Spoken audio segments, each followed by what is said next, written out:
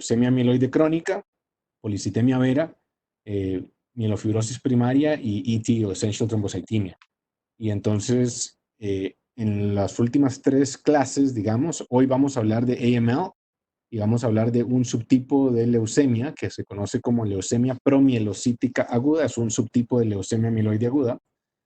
Y vamos a hablar mañana probablemente de los síndromes mieloproliferativos y después una clase de síndromes mielodisplásicos para cubrirlo todo.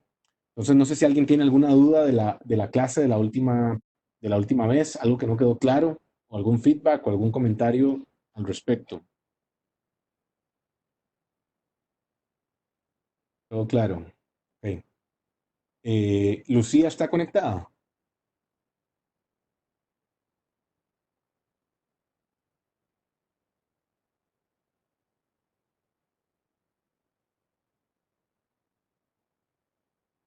Lucía Ruiz. No sé si Lucía está por acá.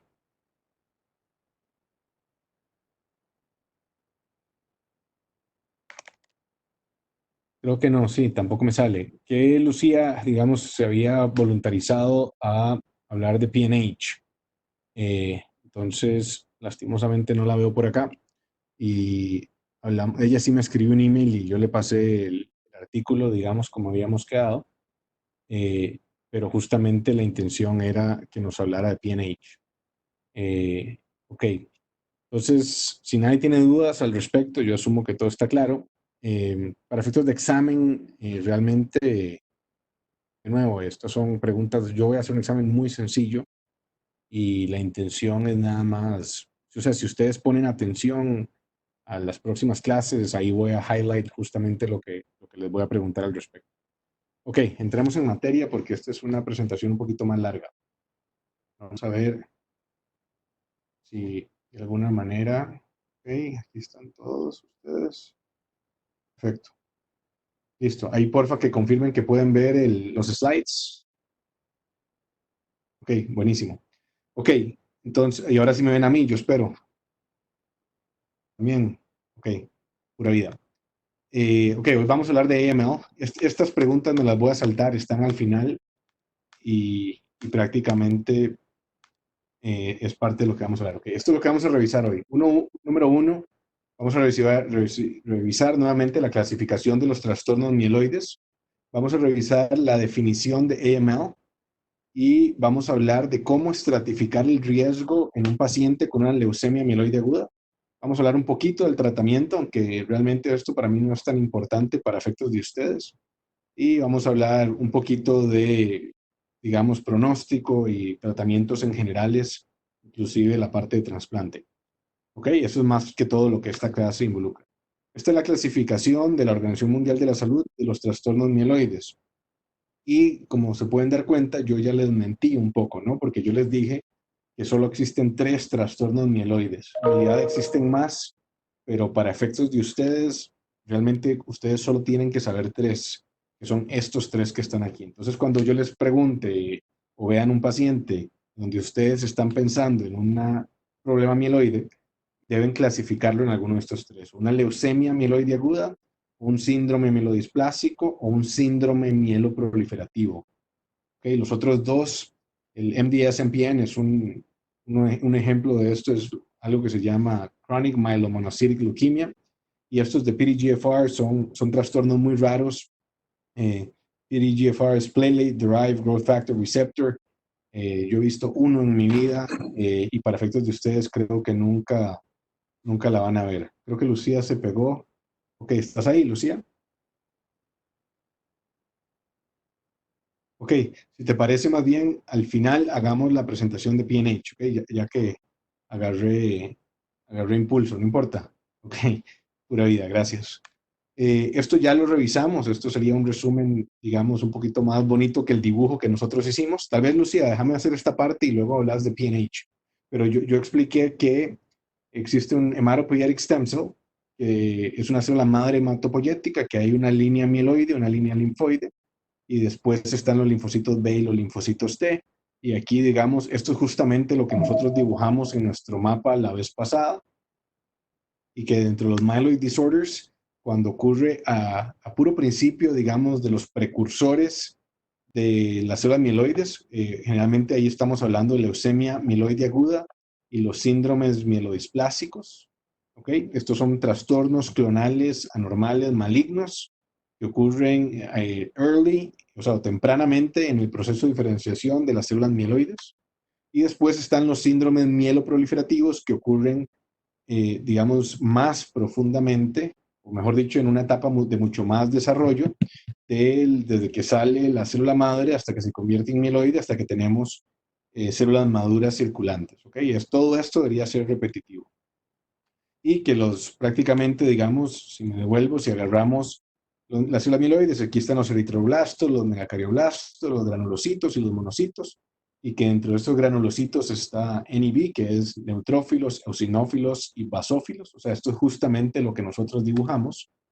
Entonces, cuando pensamos en los síndromes mieloproliferativos, hay 4 que ustedes deberían saber. Leucemia mieloide crónica, ¿okay? Que ocurre, digamos, de nuevo, es un trastorno clonal anormal cuando hay un proceso de maduración del neutrófilo, pero no es a nivel del blasto, es más adelante, ¿ok?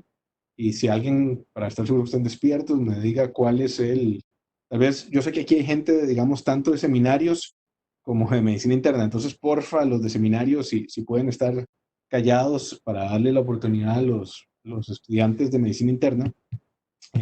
Pero si alguien me puede decir cuál es la translocación clásica de leucemia amiloide crónica. La mencioné la vez pasada.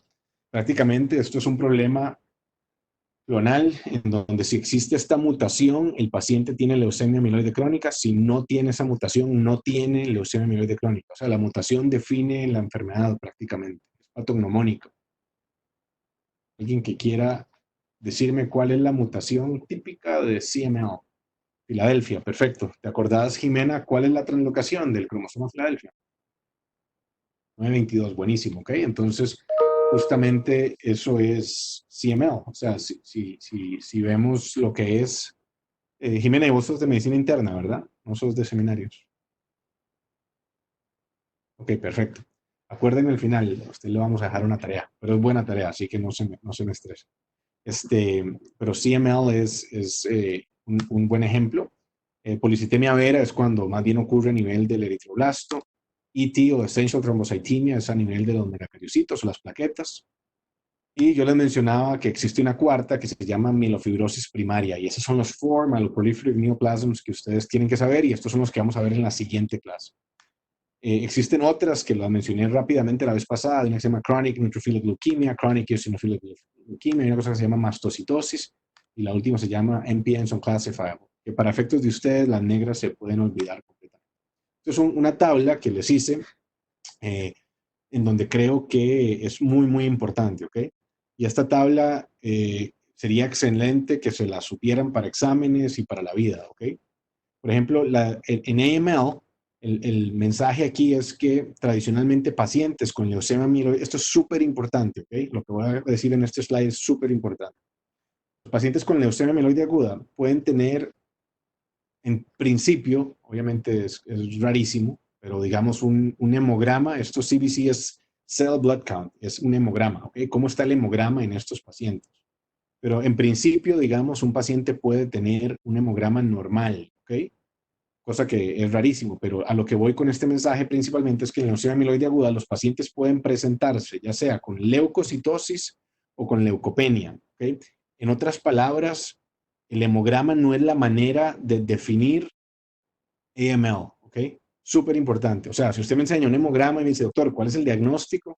Yo no podría decirte en base a ese hemograma si el paciente tiene una leucemia amiloide aguda o no. Súper importante. Por otro lado, los síndromes mielodisplásicos se caracterizan por tener citopenias. ¿Okay? Eso lo expliqué la vez pasada, ya sea anemia o trombocitopenia o una bicitopenia o leucopenia o una pancitopenia, pero estos pacientes tienen conteos bajos. ¿Okay? Y los síndromes mieloproliferativos más bien tienen conteos altos. Por ejemplo, si es una leucemia mieloide crónica, este paciente tiene leucocitosis con neutrofilia, con basofilia. Si es una policitemia vera, tiene hemoglobina elevada, red blood cell counts, o sea, glóbulos rojos elevados, o si tiene ET, plaquetas muy, muy altas, ¿no? Pero lo más importante para efectos de hoy es que el hemograma no me sirve de mucho para poder pensar en AML. ¿Ok? La definición de AML es tener más de 20% de blastos en médula ósea. ¿Ok? Esa es la definición de cómo es un criterio diagnóstico de AML. ¿Ok? Debo tener más de 20% de blastos en la médula ósea. Ustedes van a llevar pediatría en algún momento y asumo que les va a dar la doctora Katia Valverde, fue la misma que me dio a mí, que es una hematóloga pediatra.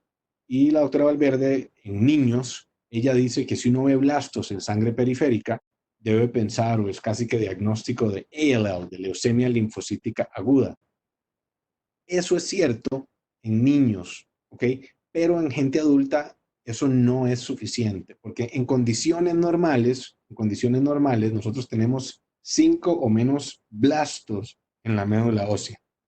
Y existe esta condición que se llama síndrome mielodisplásico, en donde el paciente puede tener hasta entre 5 y 19 blastos, ¿ok? Y eso sería un síndrome mielodisplásico. O sea, si yo veo a un paciente con una pancitopenia y le hago una biopsia en médula ósea y me sale que tiene 19% de blastos, ¿cuál es el diagnóstico de ese paciente?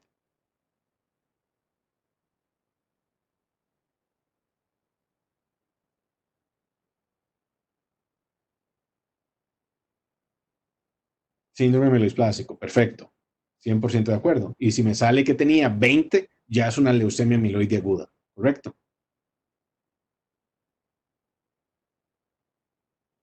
Okay. Yo voy a dar una clase solamente de MDS, de síndromes mielodisplásicos. Tampoco quiero que piensen que siempre hay blastos. No todos los síndromes mielodisplásicos tienen blastos. Cuando veamos esa clase, van a ver de que solamente los de alto riesgo de síndrome mielodisplásico tienen blastos. Y de hecho ya me estoy adelantando, pero los síndromes mielodisplásicos, ahorita les digo el punchline, ¿ok? Todavía, hasta aquí vamos bien, todo pura vida. Ok, pura vida. Y interesantemente, los síndromes mieloproliferativos no tienen exceso de blastos. Entonces, por ejemplo, una leucemia mieloide crónica, por más de que es una leucemia, no debería tener exceso de blastos. Eso es súper importante, ¿ok? No todas las leucemias tienen blastos. De hecho, solamente las leucemias agudas, por ejemplo, tanto leucemia mieloide aguda como leucemia linfocítica aguda, se caracterizan por tener un exceso de blastos clonales y eso se debe al mapa que nosotros dibujamos. Habíamos dibujado que era muy temprano en el proceso de maduración, justamente a nivel del blasto, mientras que CLL o leucemia linfocítica crónica, así como CML o leucemia mieloide crónica, no tienen blastos, ¿okay? Ni en sangre periférica ni en médula ósea. ¿Correcto?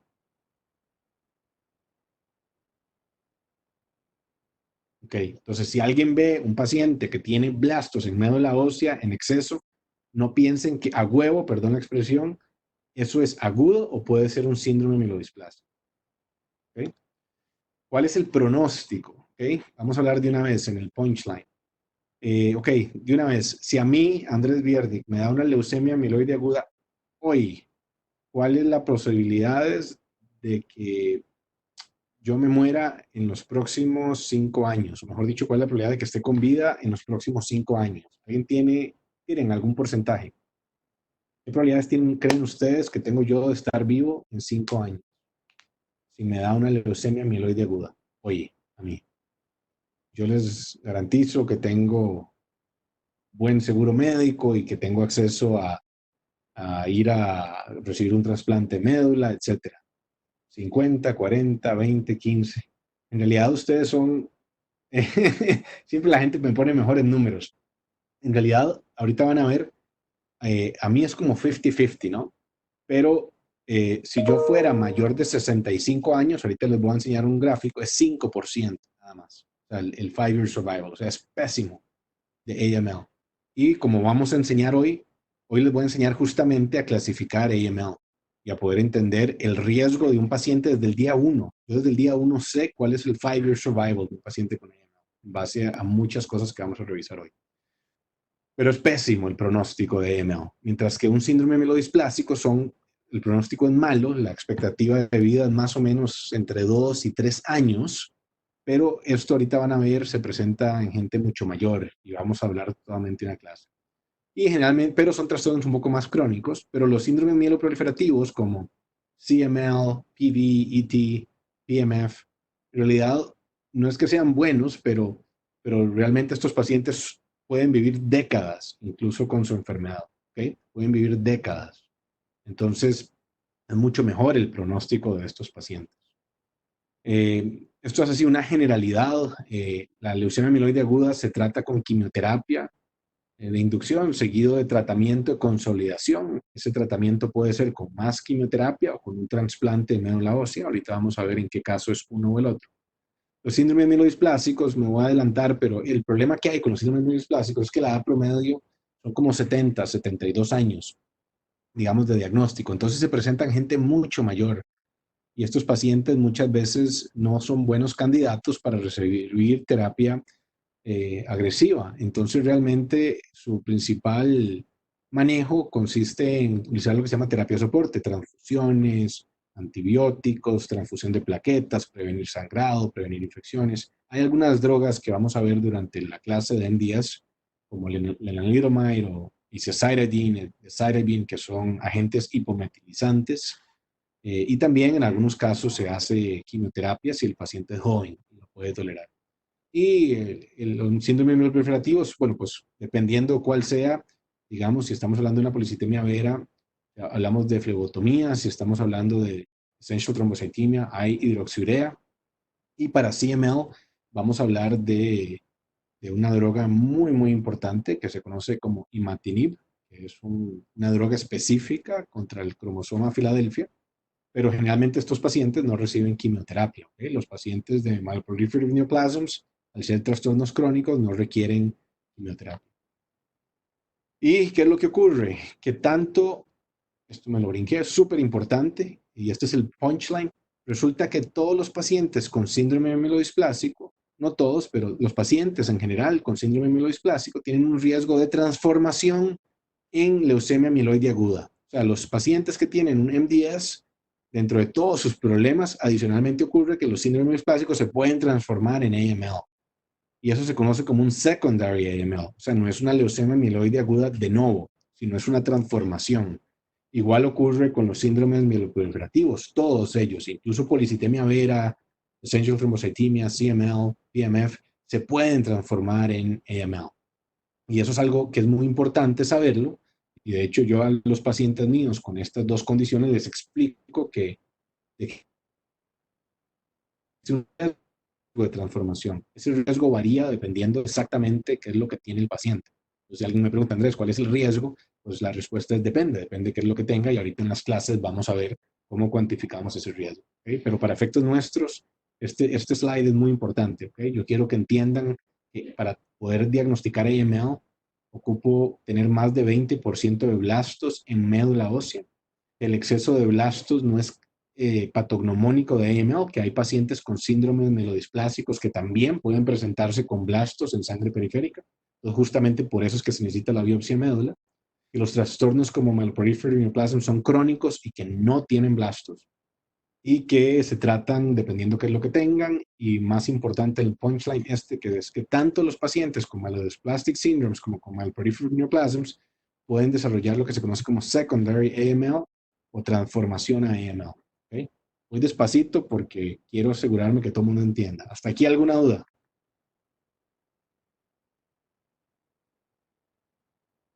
Doctor, una consulta. Sí, dale. Eso que usted acaba de decir sobre que se pueden o sea, se puede hacerse en AML, ¿eso es a un periodo de tiempo determinado o digamos, el paciente se recupera y le podría dar en el futuro o es algo como periódico, digamos? Qué dicha que me preguntaste. MDS y myeloproliferative neoplasms, no. La única manera de curar un síndrome melodisplásico es con un trasplante de médula ósea. Entonces, estos son trastornos crónicos, ¿ok? Pero para que tengas una idea, yo expliqué que solamente, o sea, que el número de pacientes que la edad promedio de diagnóstico de un MDS es como 70, 75 años. Entonces, incluso en Estados Unidos, por ejemplo, en programas de trasplantes como donde yo trabajo en la Universidad de Minnesota, para que tengan una idea, en todo Estados Unidos solamente el 5% de los pacientes con síndrome mielodiesplásicos consultan en un programa de trasplantes. Entonces, realmente, como esta es una enfermedad de viejitos, esos pacientes no son candidatos a trasplante, no son candidatos a cura. Entonces, su riesgo de transformación en leucemia es durante toda su vida y como te expliqué antes, pues la expectativa de vida de estos pacientes es entre 2 y 3, 4 años, o sea, es corta, pero en cualquier momento pueden hacer esa transformación. De hecho, me estoy adelantando a la clase en días, pero te puedes imaginar que un paciente que existe un tipo de síndrome mielodisplásico que se llama RAID, Refractory Anemia with Excess Blast. No importa el nombre, pero el punto es que los síndromes mielodisplásicos también se clasifican en alto riesgo y bajo riesgo de transformación. ¿A qué me refiero con eso? Es que si un paciente tiene 0 blastos, probablemente tiene menos riesgo de transformación que si el paciente tiene 18 blastos en médula ósea. ¿Estarías de acuerdo? Digamos, tiene sentido eso, ¿no? Entonces el porcentaje de blastos correlaciona con el riesgo de transformación. ¿Okay? Y por otro lado, los síndromes mieloproliferativos son crónicos y no se curan. ¿Okay? CML se puede curar con trasplante, pero cuando hablemos de CML les voy a explicar por qué es que es raro que nosotros llevemos a un paciente a un trasplante.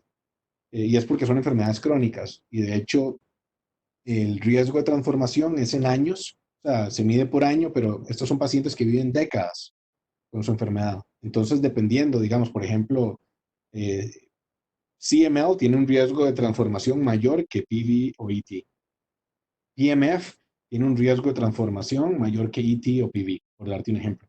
Entonces, y hoy en día con las terapias que tenemos para CML, disminuye el riesgo de transformación. Es mucho más complicado, digamos, cuando ya uno lo ve uno por uno, pero para efectos de hoy, nada más quiero que entiendan que estas enfermedades se pueden transformar en leucemia mieloide.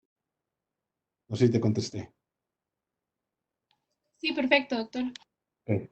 ¿Le quedó claro o tenía uno o más o menos? No, todo súper, gracias. Pura vida. ¿Alguien más? Ok. AML, ¿ok? Aquí está un poquito de epidemiología. Para efectos de examen, yo no les voy a preguntar, o sea, sería una estupidez preguntarles incidencias y cosas de ese tipo. O sea, yo lo que quiero es que ustedes se eduquen y que sean generalistas en esto, o sea, que tengan un big picture, ¿okay? De estas enfermedades. Pero AML es algo que es muy importante saber. AML es la leucemia mieloide aguda más común, perdón, es la leucemia aguda más común en adultos. O sea, entonces, así como ALL es en niños, AML es en adultos. Entonces, si yo tengo un paciente de 45 años, o de 50, o 60, o 70 años con una leucemia aguda, pues lo más probable es que tenga una AML, ¿correcto? Entonces, eso es importante saberlo. Conforme nos hacemos más viejos, de mayor es el riesgo de AML. Para que tengan una idea, en una persona de 30 años es uno por cada 100,000, pero en una de 65 años es uno de cada 10,000. La edad promedio es 67 años. ¿Okay?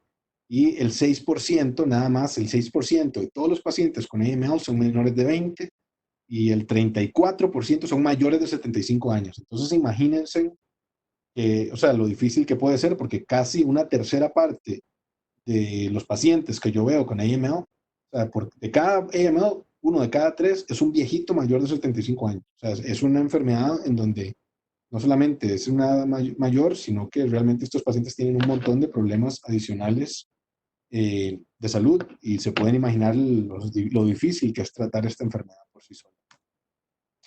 En general, digamos, a pesar de que hablamos muchísimo, estos son estadísticas de Estados Unidos. Para que tengan una idea, AML representa nada más el 1.2% de todos los cánceres en Estados Unidos. En realidad es bastante bajo. Nosotros vemos cerca de 20,000 pacientes en Estados Unidos nada más con AML. O sea, no es la enfermedad más frecuente, pero cuando uno la ve es bastante agresiva y entonces obviamente es algo que es importante que sepamos. No sé por qué, pero para efectos de boards y de exámenes siempre les encanta preguntar por ello. Esto ya lo mencioné, la edad promedio es 67 años y también dijimos que hay prácticamente una tercera parte de los pacientes que se presentan a edades mayores de 75 años. Entonces, para que vean, digamos, en menores de 20 años es solamente el 5%. O sea, amiloides agudas. ¿Okay? Esto es pregunta de examen. ¿Okay? Y yo les mentí. ¿Ok? Y les voy a explicar por qué les mentí. Entonces es muy importante que entiendan por qué les mentí. Yo les dije que la definición de AML requiere tener 20% o más de blastos en médula ósea. De hecho, si uno quiere ser específico, perdón, esto no es que les mentí, esa no es la parte que les he mentido. Es la parte que les he mentido, ahorita les digo cuál es, pero aquí deberíamos poner blastos mieloides, ¿ok? Por favor. Myeloid blast, porque si son linfoides, el diagnóstico es una leucemia linfocítica aguda, ¿correcto?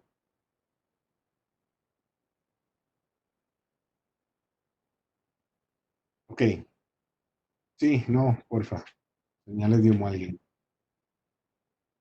Ok, sorry que les quede, o sea, les pregunto para estar seguro que estén despiertos y el número dos para estar seguro que me están oyendo. De momento esta vaina se jode y sigo hablando varias horas. Entonces, la definición de ML es o tengo más de 20% de blastos en médula ósea, blastos mieloides, o la otra manera de cumplir diagnóstico de AML es tener alguna de estas translocaciones. ¿Ok? De hecho, y de estas cuatro, la que para mí es esencial que ustedes conozcan es esta translocación que se llama 1517, ¿ok? Translocación 1517. ¿A qué me refiero con esto? A que si, de hecho, ya me voy a adelantar, esta translocación 1517, es martillo, el taladro es en el hospital donde estoy yo. Esta translocación 1517 es la que es característica de leucemia promielocítica aguda, que es un subtipo de AML, que es súper importante que ustedes sepan. Súper importante. Pregunta de los boards, de mi examen, de las pruebas de grado, de su examen de medicina interna, de la vida, ¿ok? Es muy importante saber esta translocación 1517. ¿A qué me refiero con esto? A que si yo veo un paciente que se presenta con una leucemia mieloide aguda o con síntomas de una leucemia mieloide aguda y le hago una biopsia de médula ósea y tiene 5% de blastos, nada más, pero a la hora de hacer los estudios citogenéticos tiene una translocación 1517, eso es diagnóstico de leucemia mieloide aguda tipo leucemia promielocítica aguda. ¿Ok? Alguien que me diga, por favor, si necesita que repita esto. Ahí veo a Gabriela, pero no sé si fue antes o después de que terminé de decir lo que dije. ¿Todos claros o alguien no entendió y necesita que lo repita?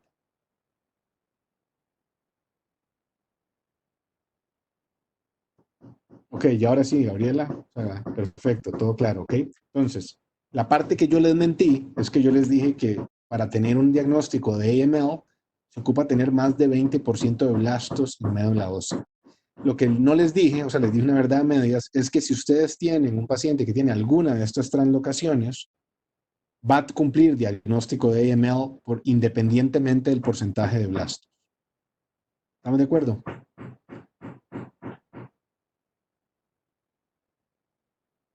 Sí, ok, perfecto. Para efectos de examen, yo necesito que ustedes sepan la 1517. Estas rojas son para efectos de examen del que se vaya a ser hematólogo. De hecho, en mis boards de hematología, esto fue una pregunta de mi examen. Estas se llaman core binding mutations, que ahorita voy a hablar de ellas. Yo no quiero que se las sepan, nada más acuérdense que son de color rojito. ¿Okay? Y más adelante, en algún momento, ¿se acuerdan de las rojas que estaban en la definición de ML? Estas son de estos.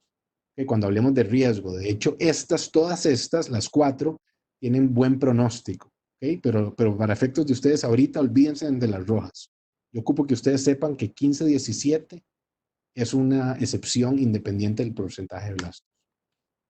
Existe una clasificación que se llama el French American British Classification of AML, que para efectos de examen es completamente irrelevante, ya no se usa esta clasificación.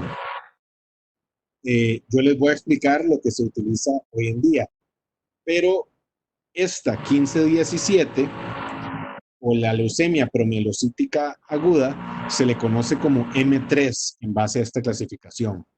Digamos, esta es una clasificación vieja que yo la quité porque no quiero ni siquiera que se la enseñárselas porque es irrelevante, pero lo que se conoce como una M3 es una leucemia promielocítica aguda. Vieran que a mí me ha pasado, digamos, yo cuando hice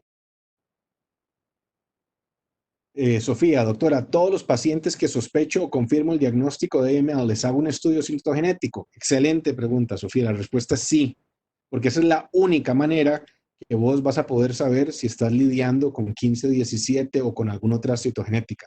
Y justamente ahorita vas a ver cómo yo necesito ese estudio citogenético para decirle a tu paciente si se va a morir si las probabilidades de muerte en 5 años son 20%, 50% o 90%. Además, Sofía, ocupo ese estudio citogenético para decirle a tu paciente si se va a beneficiar de un trasplante de médula ósea o no. ¿Okay? Pregunta de Sofía súper importante. Si a todos los pacientes se les hace un cytogenetics, y la respuesta es sí, porque yo necesito eso para poder clasificarlos. ¿Okay? ¿Listo, Sofía? Doctor, gracias. Pura vida. Ok, entonces, leucemia promielocítica aguda resulta que es una enfermedad aparte, ¿ok? Para efectos de un hematólogo, cuando ustedes me hablen de una leucemia promielocítica aguda, yo entiendo que por definición su paciente tiene una translocación 15-17. Entonces, de hoy en adelante, cuando ustedes digan, es que creo que este paciente tiene una leucemia mieloide aguda, debemos clasificarlo en dos grupos, leucemia promielocítica aguda y todos los demás. ¿Por qué? ¿Cuál creen ustedes que es mi pronóstico si hoy me da una leucemia promielocítica aguda? Yo ya les dije que era mejor que si me daba una AML tradicional, pero ¿cuál es mi pronóstico? A mí hoy me da una leucemia promielocítica aguda a 5 años. Porcentaje sobre vida. Sofía dice 80%. A ver, ¿quién más? 50. Carlos, 90-95. Oriana, 30-90. Tiene que ser más de 50% porque yo les dije que AML en gente joven es 50%. Pero para que tengan una idea, un APL es 90-95%. Cuidado y no más hoy en día. ¿Ok? Entonces, por eso es que es tan importante saber de acute promyelocytic leukemia. Y eso lo vamos a ver ahorita. Hay ciertas características que son exclusivas de acute promyelocytic leukemia. Adicionalmente, la translocación 15-17 es patognomónica de APL. O sea, si este paciente no tiene 15-17, no tiene APL. Y si tiene 15-17, solamente tiene APL. No hay absolutamente nada más que pueda tener mi paciente. Pregunta de examen. ¿Ok? ¿De acuerdo? Ok. Entonces, estos son los promielocitos, blastos promielocíticos, que son característicos de APL. Y como pueden ver aquí, esto es una fotografía de un blasto que tiene este nucleolo prominente, el ratio elevado de núcleo citoplasma, típico de los blastos, pero adicionalmente ven que tiene estas estructuras, estos filamentos en el citoplasma. De hecho, aquí se ven un montón de filamentos. ¿Los ven aquí? Alguien que me diga que no, para enseñárselos otra vez o que sí. Ok, esos se conocen como hour rods. Okay. Los hour rods son patognomónicos de blastos mieloides. Ok, es este de aquí, Gloriana. ¿Lo ves? Este que está aquí. Ok, de hecho aquí se ven, digamos, este es el nucleolo, perdón, este es el nucleolo, aquí bien prominente, este es el núcleo, y aquí en el citoplasma tiene un montón de palitos por todo lado. Esos son hour rods. ¿Okay? Eso es patognomónico de blastos mieloides. Y si lo que tengo es un promielocito, la altísima sospecha de que tengo un APL. ¿Okay? Entonces, esto es importante aprendérselo en un frotis, saber cómo identificarlos. Y si quiero confirmar que el paciente tiene un APL, ¿qué es lo que hago? ¿Qué es lo que le pido? Citogenética, perfecto. Que digamos, ahí ahorita vamos a hablar, pero yo le puedo pedir un estudio de FISH, por ejemplo, de eh, fluorescence in situ hybridization, hibridización de fluorescencia in situ, para que tengan una idea. Eso es una prueba que se hace en sangre periférica, incluso si hay blastos circulantes. Y si veo que hay una translocación 15-17, en cuestión de 3 horas, el patólogo me dice, Andrés, salió positiva. También le podría pedir un cariotipo en sangre periférica o en médula ósea. Lo que pasa es que eso dura varios días. Los cariotipos generalmente duran 48 o 72 horas en crecer. entonces no voy a tener el diagnóstico hoy. O lo tercero que le podría pedir es una PCR, ¿ok? Y decirle al patólogo que me la corra y que me cuantifique el porcentaje de células que expresan 15-17 en sangre periférica. Pero con solo que sea X número positivo, ya es diagnóstico de APL, porque nosotros no deberíamos tener células circulantes que expresan 15-17. ¿Okay?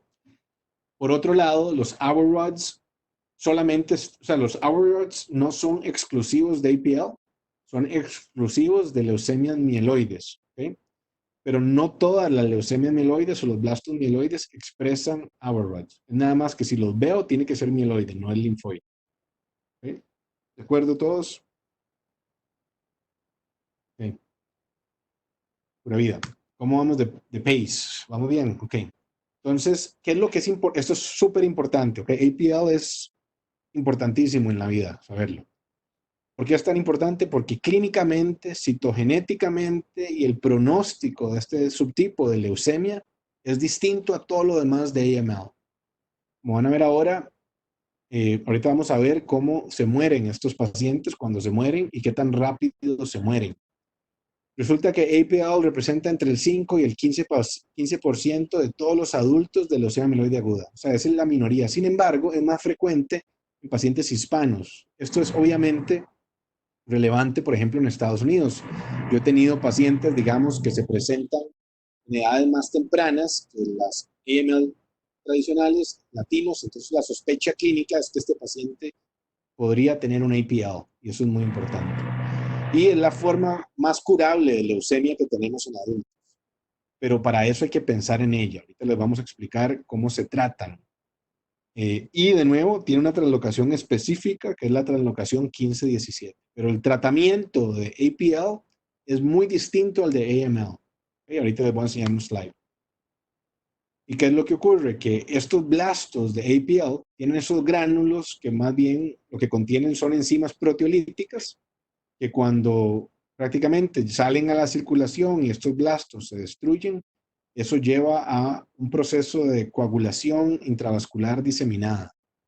Y eso es típico de estos pacientes. O sea, este es el típico paciente que viene con fiebre, viene con infección, pero viene sangrando tradicionalmente. ¿Ok? Eso es súper importante. O sea, no, el DIC o la coagulación intravascular diseminada es característica de APL, mucho más que de AML. Entonces, si yo tengo un paciente que se está presentando con síntomas de leucemia aguda y adicionalmente tiene sospecha clínica de tener una coagulación intravascular diseminada con tiempos de coagulación prolongados, con fibrinógeno bajo, con dímero D elevado, con trombocitopenia, eso es muy clásico de la presentación de pacientes con APL y lastimosamente muchos de estos pacientes pueden morir como consecuencia de la coagulación intravascular diseminada. De hecho, estos gránulos que hablo aquí son estos que les enseñé aquí, ¿ok? Que por ejemplo, estos gránulos son súper típicos y son los que desencadenan el DIC prácticamente en estos pacientes. Pregunta, ¿hasta aquí todo bien? Muy bien, ¿dudas de APL? Okay. Aquí no lo dice y debería decirlo. La edad promedio de diagnóstico de APL es menor a la de AML. Okay. Entonces, generalmente son como a los 45 o 55 años la edad promedio de APL. O sea, es un paciente más joven que el de AML. Entonces, sobre todo, si veo un paciente joven, tengo que pensar en APL como una característica y lo primero que debo hacer, ahorita vamos a hablar, es instituir tratamiento, pero lo segundo que tengo que hacer es pedir esta translocación. ¿Qué es la translocación 15-17? ¿Okay? Esta es una translocación que ocurre, bueno, como habla aquí, entre el cromosoma 15 y el 17, pero entre el gen PML, ¿ok? Promielocítico, y el gen retinoic acid receptor alpha, ¿ok? Receptor de ácido retinoico alfa. Resulta que el gen de este ácido retinoico es vitamina A, y justamente en donde está el brazo largo, digamos, en el cromosoma 17, es donde está la secuencia de este gen, y ahí es donde ocurre el break mutation y se da la translocación con el brazo largo del cromosoma 15. ¿Okay? Y se forma este nuevo gen, que se llama PML Retinoic Acid Receptor Alpha. Así se llama el gen nuevo que se forma como consecuencia de esa translocación. ¿Y qué efecto tiene ese gen nuevo? Ese gen nuevo, una vez que se forma, es que tiene la característica que prácticamente cuando está activo este gen, el gen PML, Retinoic Acid Receptor Alpha, que es un gen anormal, prácticamente lo que hace es que no permite o bloquea o produce un arresto de las células neutrófilas, prácticamente un arresto de los granulocitos a nivel de los promielocitos. ¿Okay? En, en este slide lo vemos mejor. O sea, aquí está el mieloblasto y aquí están los segmentados granulocíticos. Entonces, cuando ocurre esta translocación y se forma ese fusion protein que se llama PML, Retinoic Acid Receptor Alpha, hay un arresto a nivel de los promielocitos y hay millones de células que están en su forma promielocítica que no se pueden diferenciar en los granulocitos segmentados o los neutrófilos maduros. ¿Okay? Eso es el efecto que produce esa translocación. ¿Dudas hasta aquí?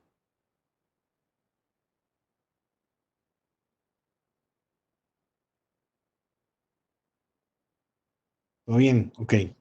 Pero acuérdense nada más que este gen, digamos, viene de un lado del cromosoma 15, pero del lado del cromosoma 17, de nuevo, este gen que está mutado aquí, que se produce la translocación, es el gen de la vitamina A, el ácido retinoico. ¿Okay? Eso va a ser importante. Y de nuevo, aquí es donde se ve el arresto. ¿Por qué es importante? Porque resulta que si yo le doy vitamina A estos pacientes en su forma all-trans, ¿okay? Se conoce como ATRA, all-trans retinoic acid, eso va a inducir una completa diferenciación de todos los promielocitos en neutrófilos, ¿ok? Y ese es el tratamiento más importante de APL. Para poder, resulta que si yo le doy a estos pacientes vitamina A, literalmente, eso va a inducir a que el arresto que ocurre a nivel de los promielocitos se libere, ¿ok? Y permita la diferenciación completa de los precursores de neutrófilos.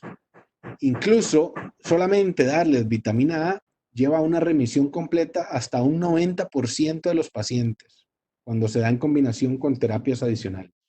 Entonces, lo más importante que yo quiero que ustedes sepan es que a cualquier paciente en su vida que ustedes estén pensando que puede tener una leucemia promielocítica aguda, debemos iniciarle tratamiento con ATRA de forma inmediata, incluso sin ni siquiera haber tenido confirmación de su diagnóstico. ¿Ok? Entonces, en los boards les encantan preguntar esto. Yo probablemente les haga esa pregunta también en el examen. En realidad yo solo tengo como 2 preguntas y les he dicho como 20 que les voy a hacer.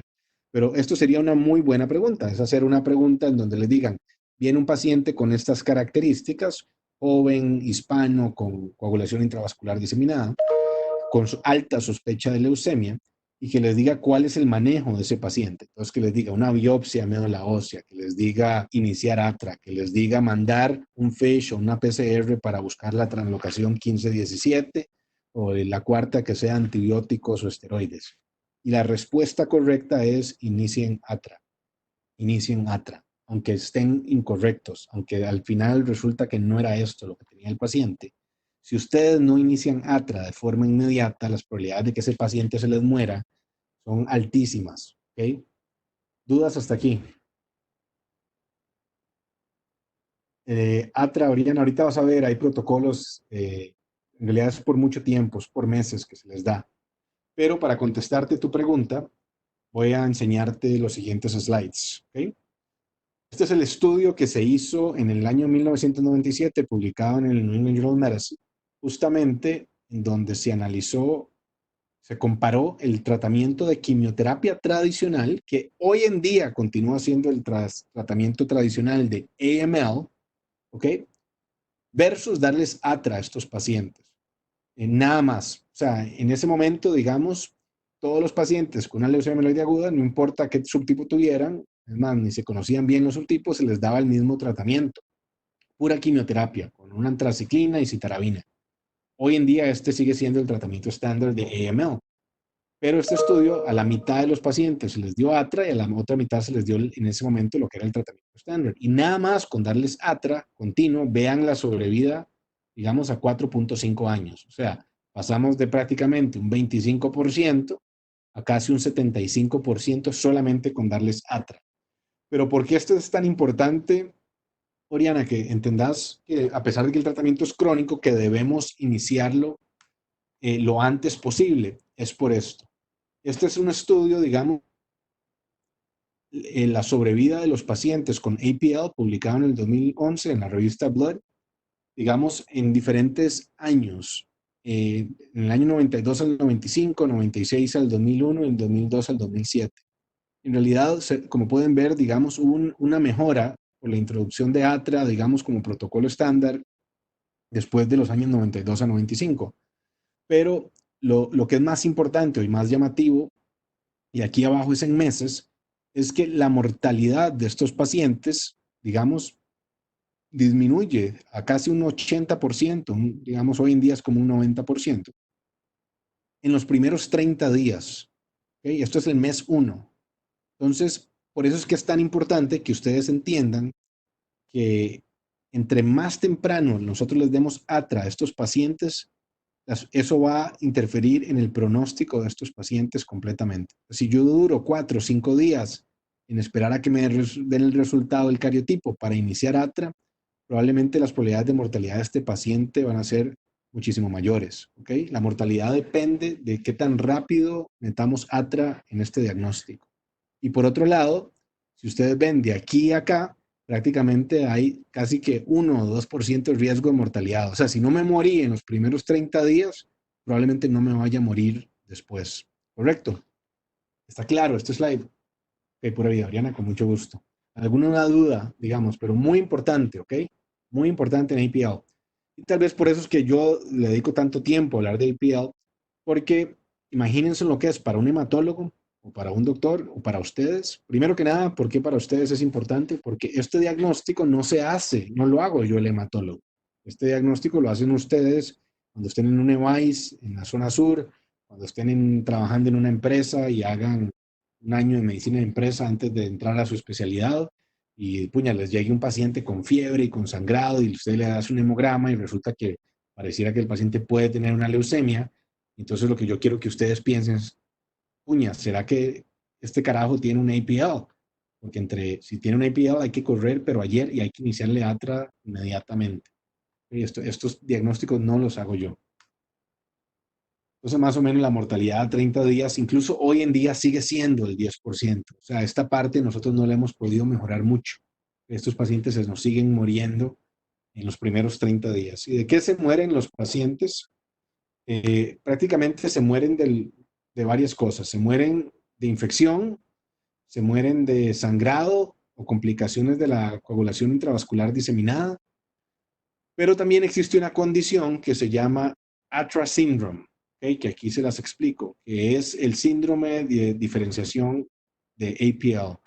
ATRA syndrome es una condición que ocurre cuando, digamos, ese paciente, Oriana, digamos que vos sos la interna y estás trabajando en emergencias del San Juan de Dios y me llamaste porque viste un paciente que pensamos que tiene leucemia aguda y vos pensaste en esto y entonces le mandamos un estudio de FISH, iniciamos ATRA inmediatamente y ese paciente hoy en día no lo tratamos con ATRA pura, generalmente lo tratamos ya sea con ATRA más quimioterapia o ATRA con una combinación de otra droga que se llama trióxido de arsénico. Para efectos de ustedes no importa, pero resulta que el paciente está hospitalizado y está tomando ATRA todos los días. A los 5 días, vos estás de guardia en la noche y dice, puña, voy a ir a ver a don Roberto, que era el paciente que habíamos admitido, y llegas al piso y resulta que te encontrás a don Roberto que está con dificultad respiratoria, está con un poquito de hipoxia, está con fiebre, o sea, tiene síntomas como que pareciera que tiene una neumonía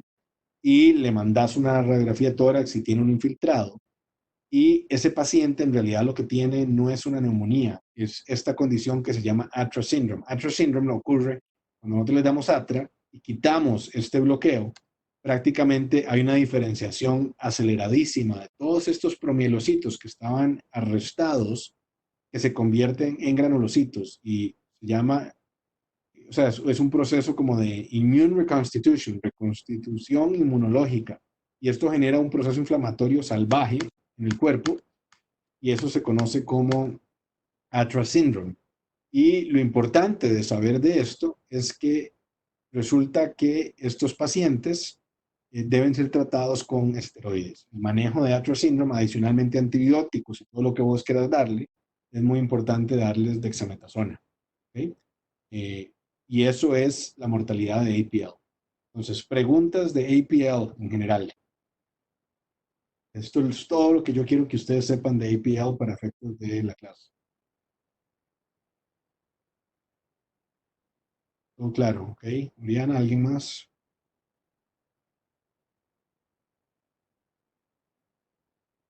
Muy bien, súper, por allá. Ok, entonces, esta clasificación no es necesario que se la aprendan. ¿Okay? Yo les contaba que a mí yo cuando yo llegué a Costa Rica hace como 2 años, después de ir a Estados Unidos, y tuve que hacer aquí el examen de hematología para incorporarme en el colegio de médicos.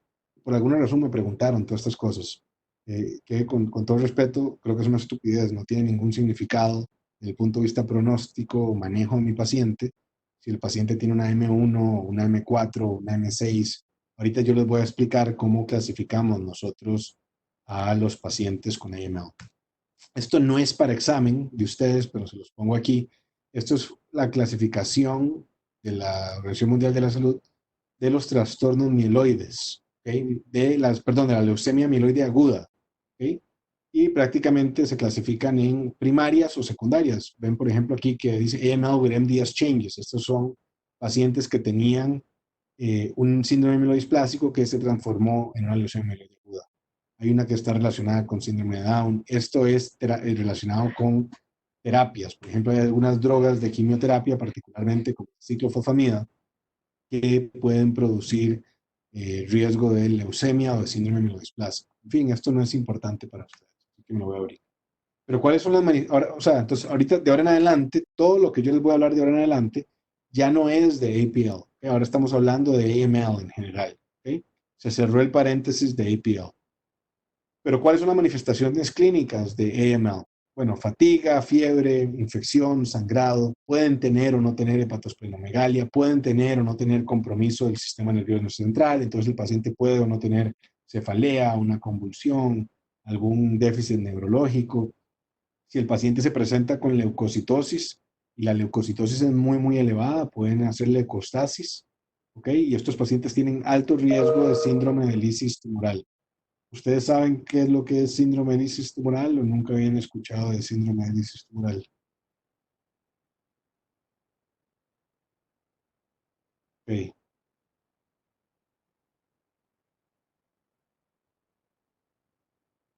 Catherine dice que no. ¿Alguien más? ¿O sí saben lo que es un síndrome de lisis tumoral? Tampoco. Ok. Okidoki.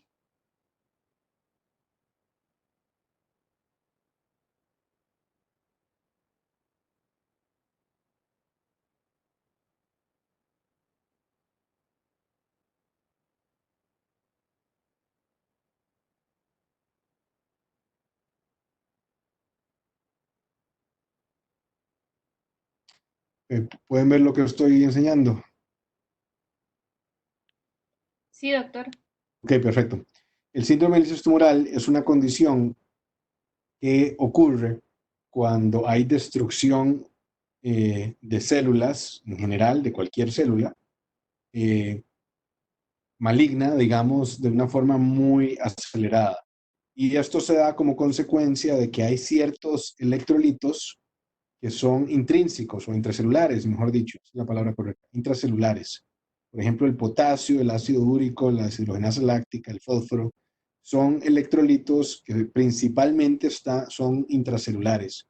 Entonces, cuando hay lisis del tumor, ya sea por replicación rápida del mismo o como consecuencia de la terapia, existe una condición que se llama síndrome de lisis tumoral, que se caracteriza por tener potasio elevado, ácido úrico alto, deshidrogenasa láctica muy alta y fósforo muy elevado. De hecho, la mnemonic en inglés es pulp, de pulpa.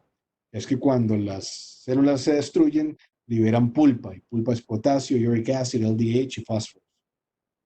Resulta que el fósforo se pega y precipita con el calcio y forma este precipitado de fosfato de calcio. Entonces, cuando nosotros medimos el calcio en sangre periférica en estos pacientes, lo que siempre se mide cuando uno pide un calcio es un calcio libre. Y como está precipitado con el fosfato, el calcio sale bajo. Entonces, para los boards, si puede ser que yo les pregunte, ¿cuáles son? Esto siempre lo preguntan en los exámenes, que es cuáles son, digamos, los trastornos electrolíticos típicos de un paciente con síndrome de lisis tumoral. Y hay que saber que estos 4 están elevados y que el calcio está bajo. Lastimosamente, ustedes, por alguna razón que yo todavía no entiendo, no reciben clases de oncología médica en medicina interna. Creo que se las siguen dando, les dan oncología como parte del programa de cirugía, cosa que, en mi opinión, no tiene ningún sentido. Pero existe una condición que se llama hipercalcemia de malignidad, que no tiene nada que ver con síndrome de lisis tumoral, en donde generalmente el calcio está muy alto. ¿Okay? Y tener hipercalcemia es una emergencia médica. Yo se los menciono aquí porque uno de los errores más comunes que los estudiantes cometen es que creen que en síndrome de lisis tumoral el calcio está alto. De hecho, el calcio es el único que está bajo. ¿Okay? Y eso es importante saberlo porque, y esta es la explicación de por qué el calcio está bajo. Si bien es cierto, el síndrome de lisis tumoral puede ocurrir en cualquier cáncer, la realidad es que más del 95% de los síndromes de lisis tumoral ocurren en pacientes con linfomas o con leucemias. ¿Okay? Entonces nosotros lo vemos de manera casi que exclusiva en pacientes con hematological malignancies, con malignidades hematológicas. ¿Okay? Entonces ahí es donde se ve mucho más frecuencia el síndrome de lisis tumoral. Esto es una clase por sí sola que no les voy a dar hoy porque no tenemos tiempo. Creo que más bien, digamos, ¿se acuerdan que yo les había dicho que al final yo doy una clase donde ustedes pueden escoger, digamos, el topic? Y si ustedes quisieran que hablemos de Hem-Onc Emergencies, esta es la clase. Uno de los grupos viejos, pues eso fue lo que escogió. Y aquí habla un poquito, digamos, de las manifestaciones clínicas de estos pacientes, que es insuficiencia renal como consecuencia de la hiperuricemia y de la precipitación del fosfato de calcio. Hacen arritmias por la hipercalemia, y también tienen riesgo de muerte y de convulsiones, pero sobre todo es insuficiencia renal aguda. ¿Okay? Esto es un paper del New England en donde prácticamente habla de cómo tratar estos pacientes, y a estos pacientes se les da allopurinol y hay una enzima que se llama rasburicase. Pero voy a parar aquí porque realmente esto es otra clase. Pero yo sí creo que vale la pena que si ustedes nunca habían escuchado de síndrome de lisis tumoral, que le dediquen tiempo a leerlo. ¿Okay? Y creo que con eso que les expliqué como introducción es suficiente, digamos, por hoy. Yo con mucho gusto les puedo explicar mucho más, pero no me va a dar tiempo de terminar ahí, no. Entonces creo que deberíamos dejar otra. Hiperfosfato, hiperuricemia, hiperpotasemia, hipocalcemia. Valeria, sí, es exactamente como lo dijiste. Aquí se los pongo otra vez. PULP. Lo que te falta nada más es, Valeria, es ácido deshidrogenasa láctica elevada. ¿Okay? Eso es la única que le falta a usted. ¿Okay? Ok, usted me estaba contestando cuando yo pregunté si alguien sabía la clasificación. Listo, perdón. Perfecto, lo tenías correcto. Nada más te faltaba la deshidrogenasa láctica. Ok, pura vida. Entonces, el síndrome de lisis tumoral es importante que lo conozcamos. Entonces, aquí otra vez. El único que está bajo, único bajo, es calcio. Ok, pura vida. Volvemos a la clase. Entonces, tenemos un paciente nuevo con una sospecha clínica de AML y viene con estas manifestaciones clínicas. ¿Okay? Pero de nuevo, ¿se acuerdan que yo les dije que puede ser que el paciente tenga pancitopenia? ¿Okay? No siempre los pacientes tienen leucostasis. Que alguien se metió a la clase, así que o pregunta o porfa que apague el micrófono. Creo que dice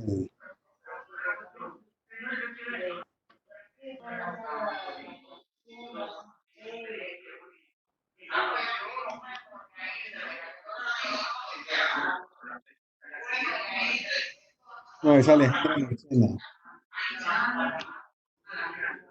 Si puedes apagar el micrófono, agradezco. Gracias. Ok.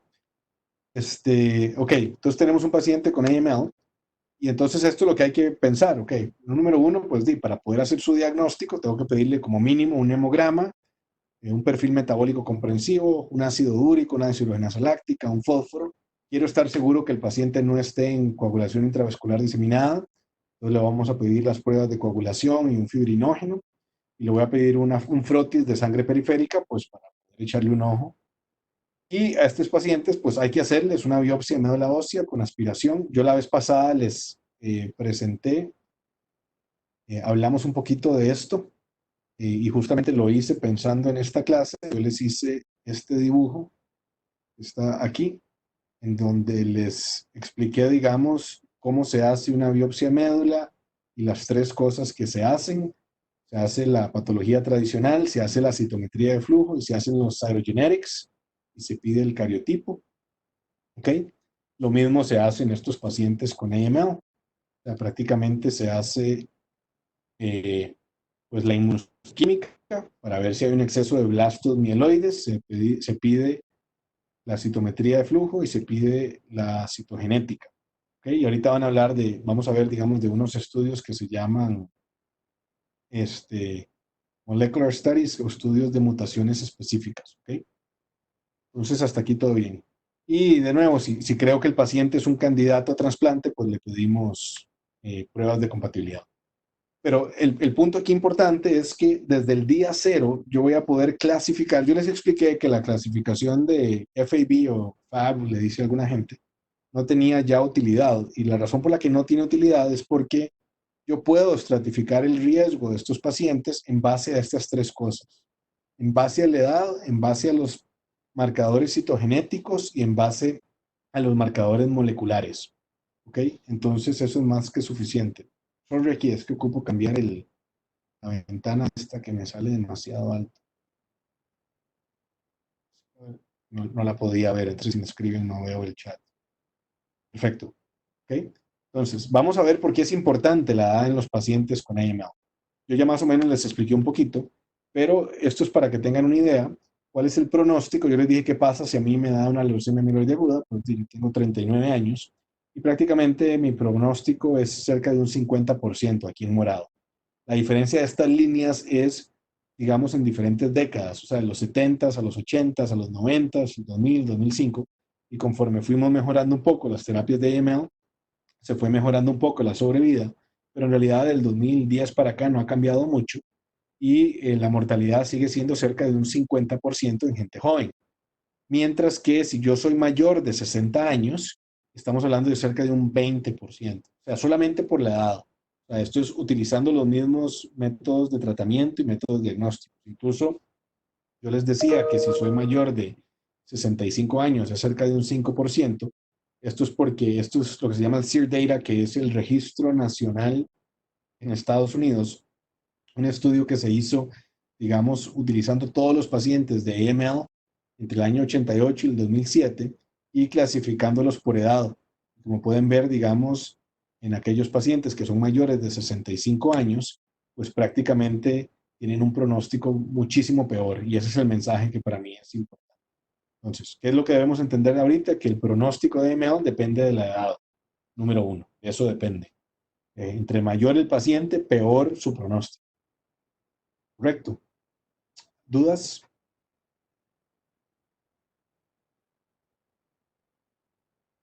Todo bien.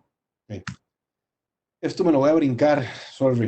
Lo tengo ahí para efectos de, tal vez no de ustedes, pero no importa. Esto es nada más en que a estos pacientes se les da quimioterapia de inducción. Luego vamos a hablar del tratamiento. Lo otro que es importante es lo que se llaman los cytogenetics, ¿ok? Y esto es muy, muy importante, porque la gente a veces dice, ah, ok, ya entendí, doctor. Claro, el pronóstico, no me lo preguntaron, pero a veces la gente me pregunta, Andrés, una pregunta, el pronóstico de la edad depende de que el señor está viejito y tal vez tiene un montón de enfermedades concomitantes, o realmente depende de algo de su enfermedad en particular. Y ahorita les voy a contestar esa pregunta, pero la respuesta es las dos. ¿Ok? La respuesta correcta es las dos, porque por un lado este paciente es un paciente mucho más mórbido, pero por otro lado la combinación de trastornos citogenéticos o moleculares que tienen los pacientes viejitos es de mucho peor pronóstico que aquellos pacientes más jóvenes. ¿Ok? Esto no es pregunta de examen, ¿ok? O sea, esto sí es una pregunta de examen. Yo quiero que ustedes sepan que en base a la edad y a la citogenética y a ciertas mutaciones, yo puedo clasificar el riesgo de un paciente con AML. Pero esto yo no se los voy a preguntar, pero sí quiero que lo conozcan. Prácticamente, nosotros hacemos un cariotipo a todos los pacientes y dependiendo lo que aparezca en el cariotipo, así los clasificamos en riesgo. Riesgo favorable, riesgo intermedio y riesgo adverso o de alto riesgo. ¿Okay? Estos son los de peor pronóstico.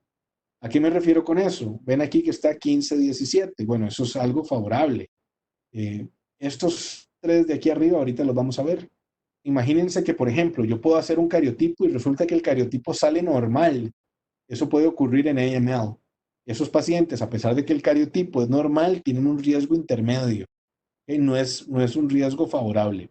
Y por otro lado, si tienen múltiples problemas a nivel de cariotipo, múltiples mutaciones o de lesiones o translocaciones, más de 3 o igual se considera múltiple o complejo, eso es de pésimo pronóstico. O si tiene alguna lesión del cromosoma 5, del cromosoma 7, una translocación, digamos, a nivel del cromosoma 3, o sea, con inversión del 3. Estos son ejemplos de pésimo pronóstico.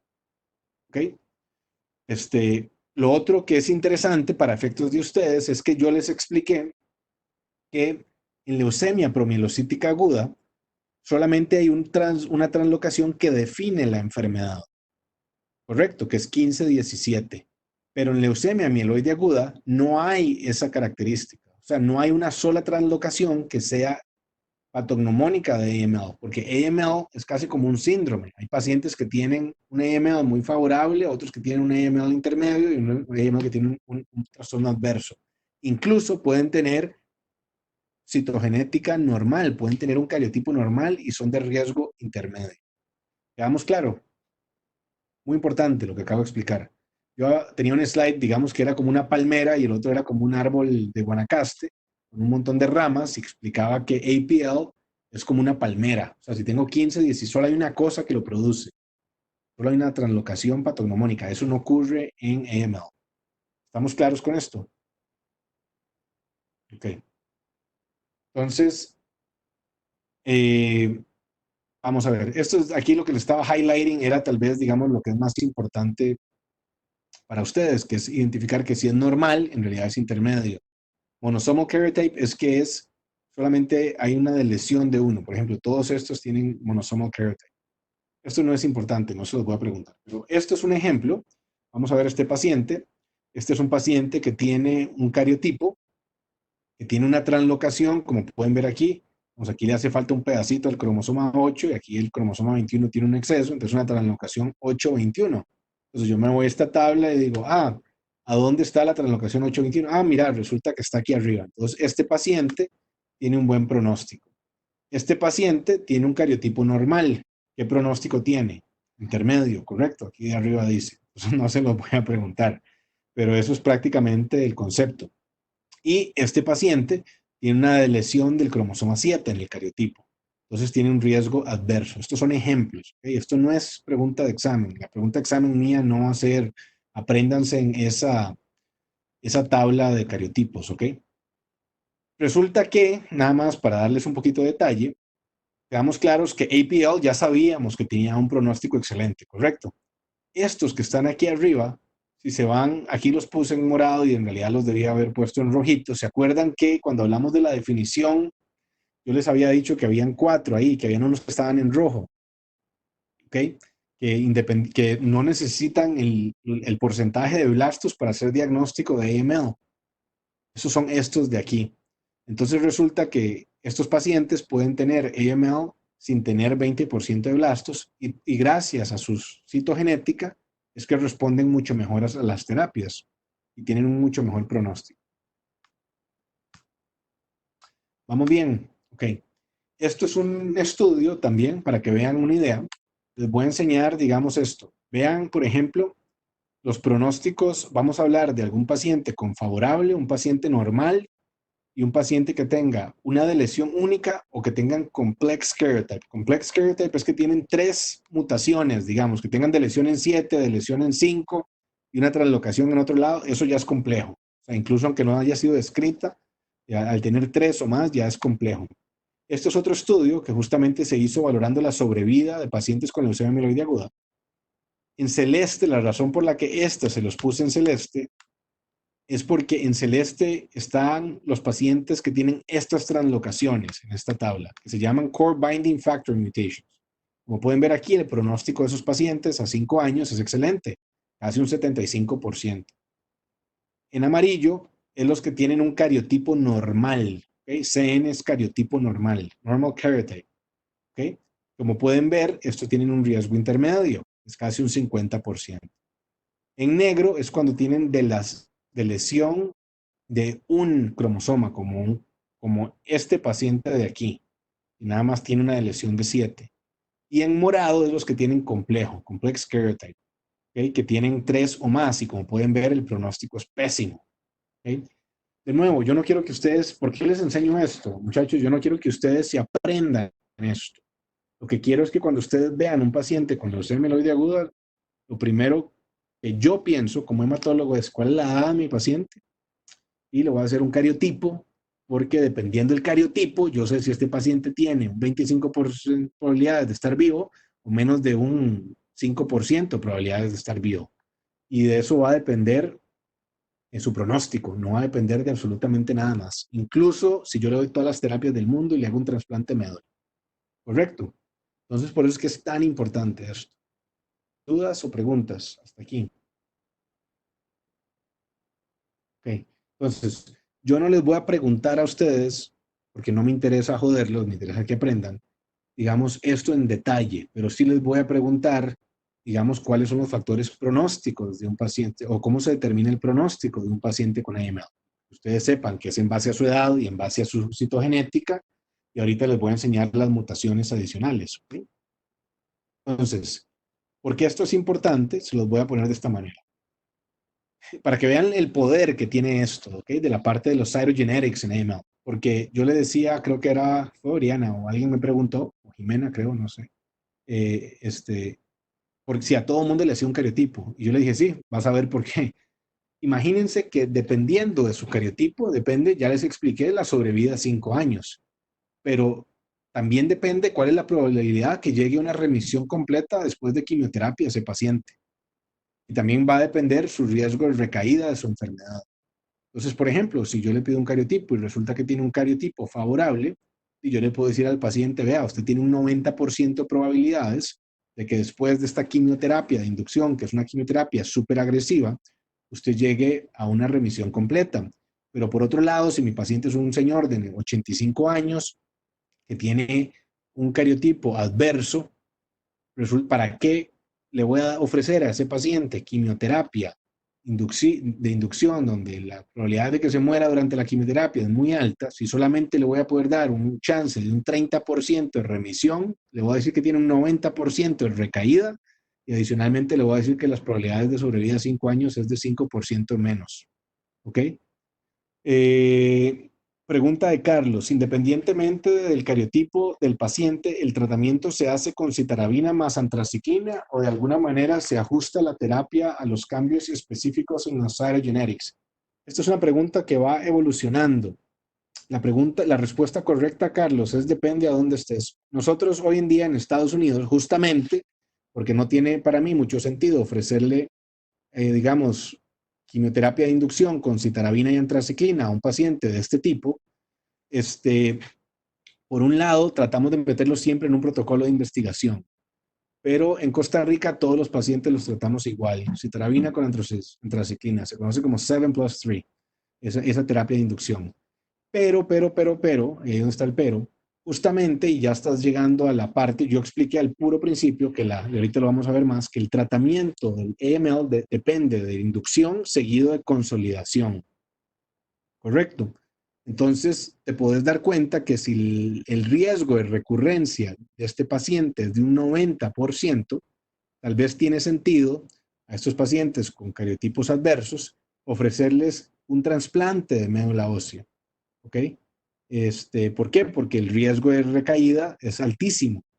Mientras que un paciente que tiene un pronóstico favorable, probablemente tal vez no tiene sentido ofrecerle un trasplante porque el riesgo del trasplante es mayor a su recaída. Eso lo voy a explicar en unos minutos. ¿Okay? Entonces, si no entendieron el detalle del trasplante y eso, todavía no se me asusten. Pero Carlos, de acuerdo.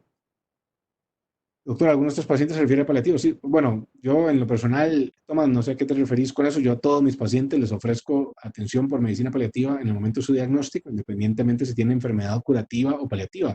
Pero justamente uno de los roles míos como oncólogo y como hematólogo es explicarle a mis pacientes su pronóstico y determinar desde el día uno si le vamos a ofrecer tratamiento con intención curativa, sabiendo o nos vamos a enfocar en tratamientos con intención paliativa de manera exclusiva.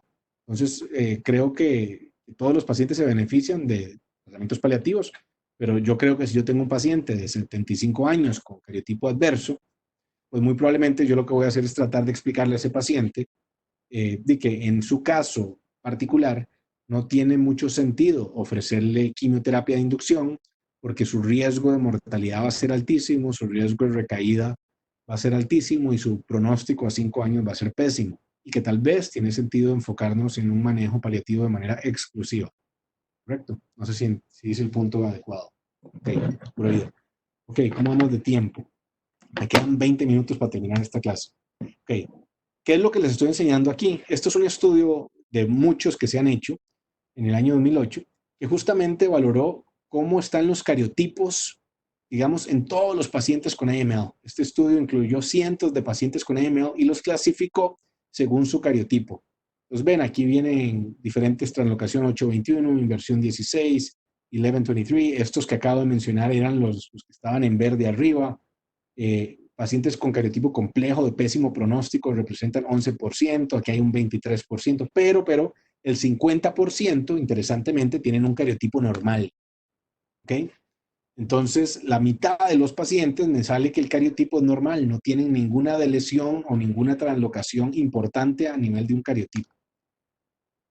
Entonces, ¿de qué depende el pronóstico de un paciente? Depende de su edad y depende del profile citogenético del su cariotipo. Pero ¿qué es lo que pasa? Que el 50% de los pacientes tienen un cariotipo normal. Resulta que con un cariotipo yo lo único que valoro son mutaciones, digamos, a muy alto nivel. O sea, no valoro mutaciones a nivel de algún aminoácido o mutaciones, digamos, pequeñas que no se reflejan en un cariotipo. ¿Okay? Deben haber mutaciones a nivel molecular que no se ven, digamos, a nivel citogenético o a nivel del cromosoma, responsables por las diferencias en respuesta, relapse y survival de estos pacientes. No sé si me explico. O sea, cuando yo hago un cariotipo, acuérdense que el cariotipo lo único que mide es el cromosoma. Sí, mide la translocación a la lesión de este cromosoma, pero resulta que, como ustedes saben, en estos cromosomas hay miles de genes y en estos genes puede ser que haya alguna mutación que no se va a ver en un cariotipo. O sea, el cariotipo nada más me permite ver lo que yo estoy viendo aquí. Pero si yo quiero saber si hay una mutación, digamos, en algún gen en particular, puedo hacer un estudio PCR y decirle al patólogo, por favor, revisemos en el gen 8, en el gen número X, si hay alguna mutación a nivel de ese gen, ¿correcto? Y eso se conocen como mutaciones moleculares, no a nivel citogenético. ¿Hasta aquí todo el mundo entendió? Okay. Entonces, ¿cuáles son estos marcadores moleculares? Estos son ejemplos, ¿ok? Estos no se los voy a preguntar en el examen. Por ejemplo, existe una mutación que se conoce como mutación c-KIT.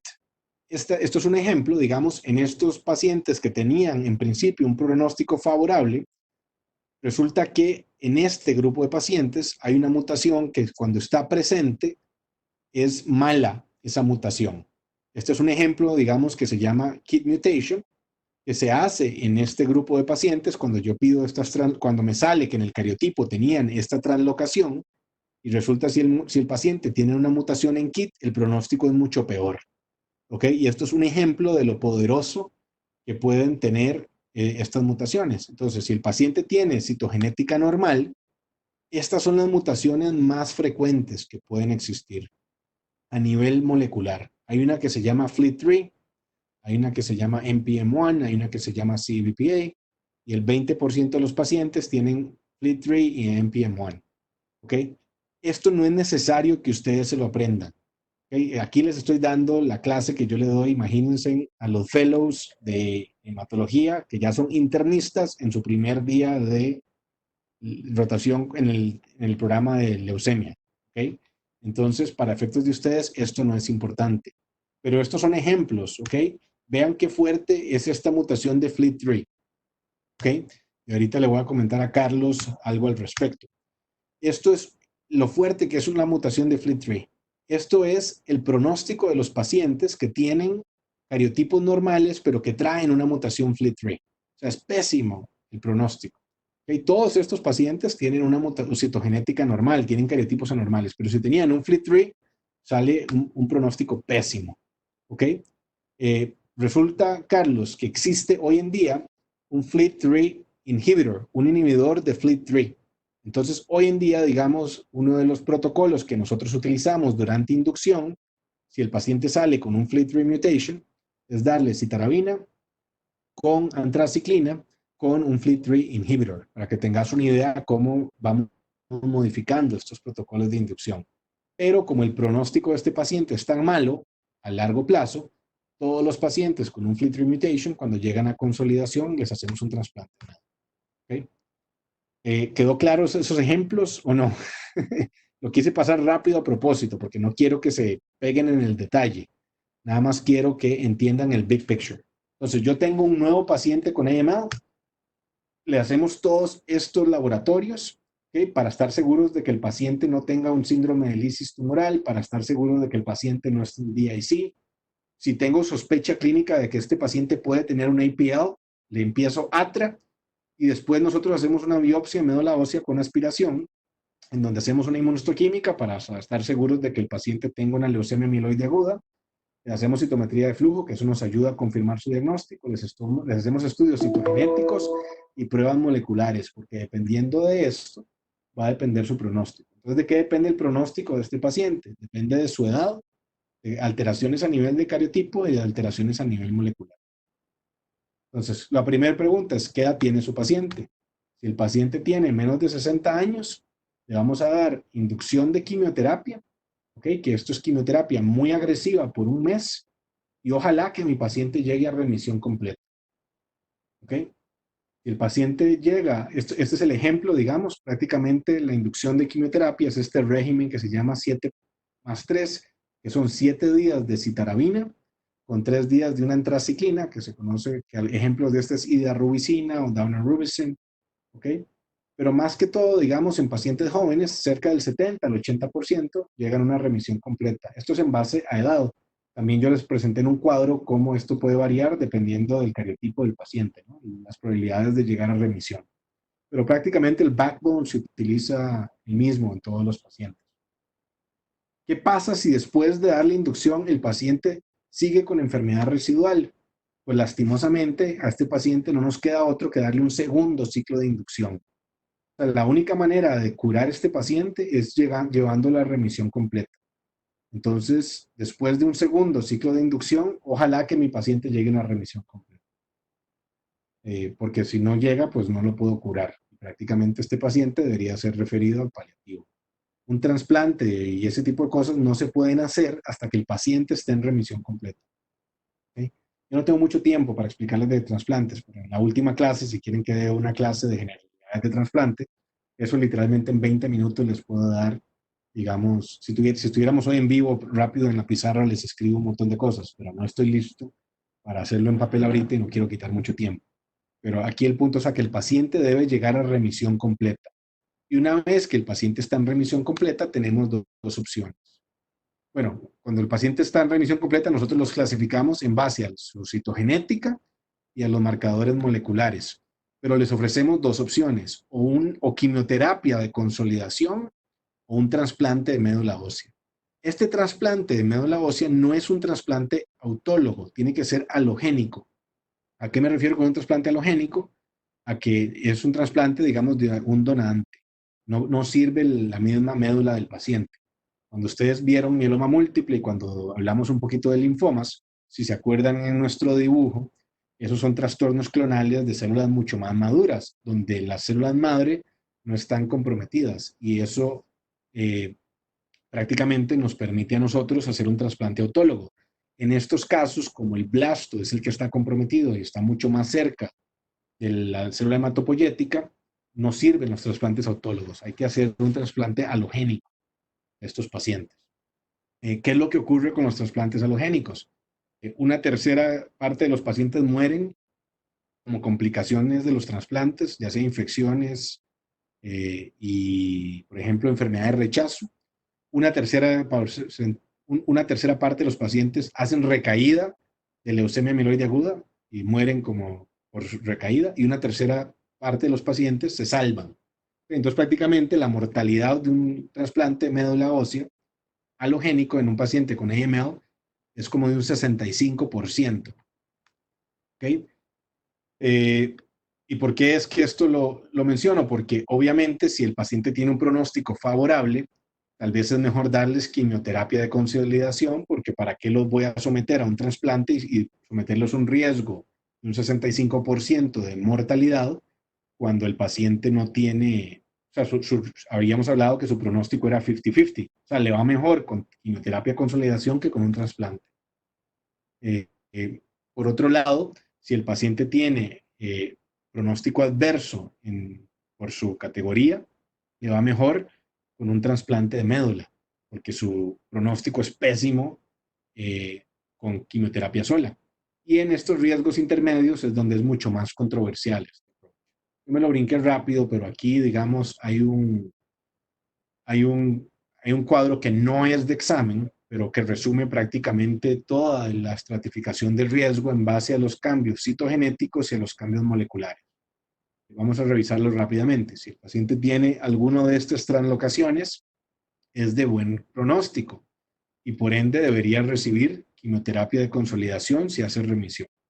Por otro lado, si el paciente tiene translocaciones de este tipo y tiene un KIT mutation, ya dijimos que el pronóstico de esos pacientes era peor, entonces tal vez a estos pacientes sí les ofrezcamos un trasplante de médula ósea.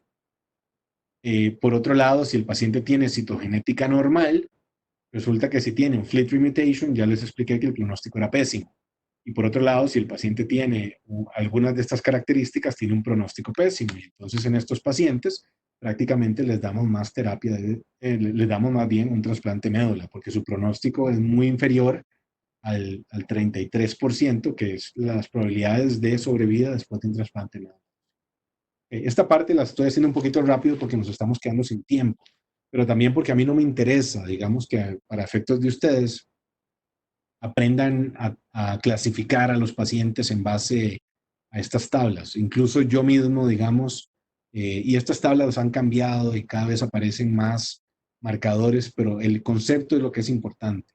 El concepto es ese, prácticamente, que nosotros vamos a clasificar a los pacientes según su edad, según su citogenética y según sus mutaciones moleculares. Y en base a eso, vamos a cambiar si les vamos a hacer quimioterapia de inducción seguido de un trasplante o quimioterapia de inducción seguido de quimioterapia de consolidación. Este es aquí me lo brinqué a propósito, pero este es el protocolo de quimioterapia de consolidación, que se utiliza citarabina sola. En inducción se utiliza citarabina con una antraciclina y en consolidación citarabina sola. Pero ustedes creo que ni siquiera han llevado farma, ¿es correcto?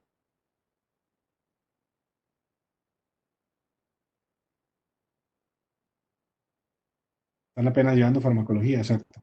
Entonces, sería lo más estúpido de mi parte pedirles que memoricen cosas que no tienen ningún sentido en este momento.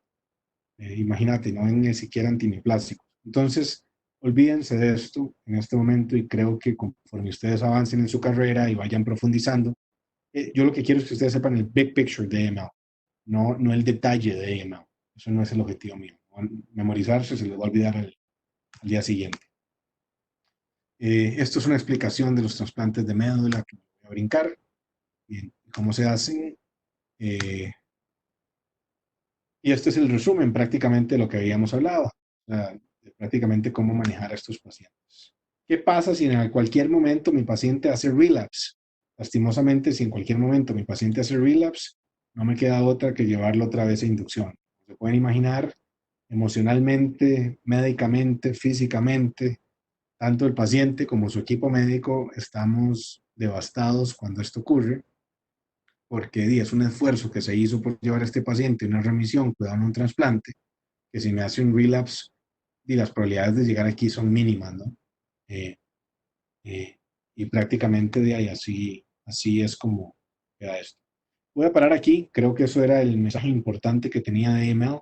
En realidad esta charla es para pacientes, perdón, no para pacientes, para, digamos, incluso estudiantes de un nivel un poquito más alto, pero lo que sí voy a hacer es, en los últimos minutos, hablar de hacer estas preguntas que estaban al puro principio, ¿okay? Porque creo que ya las vamos a poder contestar en conjunto. Antes de hacer las preguntas y terminar la clase de hoy, quiero saber si alguien tiene alguna pregunta para mí.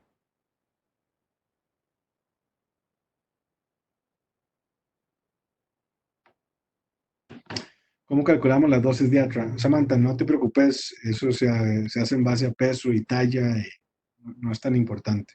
Lo puedes buscar en Google, en cualquier libro de medicina, Up to Date, o Micromedics, o ¿cómo se llama el otro que usan ustedes?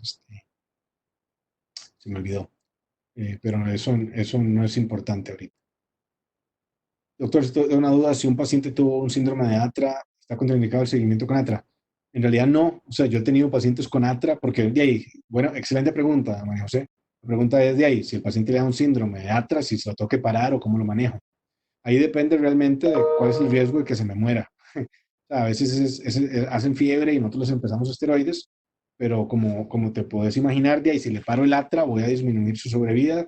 Por otro lado, el Atra lo puede matar. Entonces, eh, digamos, ahí nosotros nos la vamos jugando y individualizamos esa decisión. O sea, si el paciente está estable, está respirando por sí solo y no tiene, me está respondiendo a los esteroides, pues yo le continúo el ATRA. Por otro lado, si el paciente está en un ventilador, en cuidados intensivos, compressors, y de ahí se está muriendo del ARDS, del síndrome inflamatorio que tiene, pues tiene todo el sentido parar el ATRA por unos días para que ojalá esto se revierta y disminuir eso.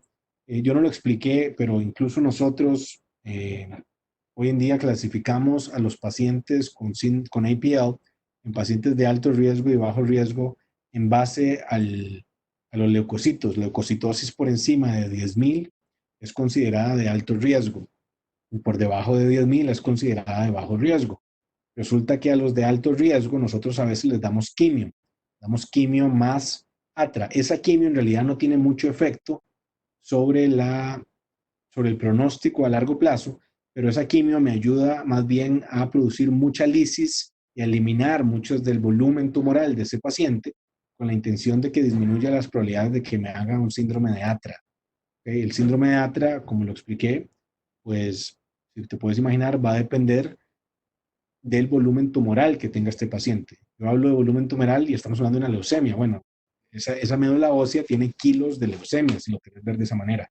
Entonces, entre mayor sea el volumen tumoral de ese paciente, mayor el riesgo de hacer Atra síndrome. Entonces, si yo de alguna manera le doy hidroxiurea o le doy un poquito de quimio y disminuyo ese volumen tumoral, las probabilidades de hacer un Atra síndrome disminuyen. Otra duda. Perdón, Samantha, no quiero, sí, no, mejor dicho, sí quiero evadir tu pregunta, pero con la única intención de que es cero importante saber de dosis en la vida. Cuando yo tengo dudas de esto, hasta yo mismo las busco. O sea, no te vas a poder memorizar ese tipo de información y creo que va a ser irrelevante en tu carrera saber la dosis del ATRA. Lo más importante es poder identificar y pensar en ello. ¿Alguna otra duda al respecto? Ok, pues vamos a hacer esta pregunta. A ver, Alejandra Marchena, ayúdame. Tenemos un... Alejandra, ¿estás ahí? Sorry, usted es la primera, siempre todo el mundo la llama.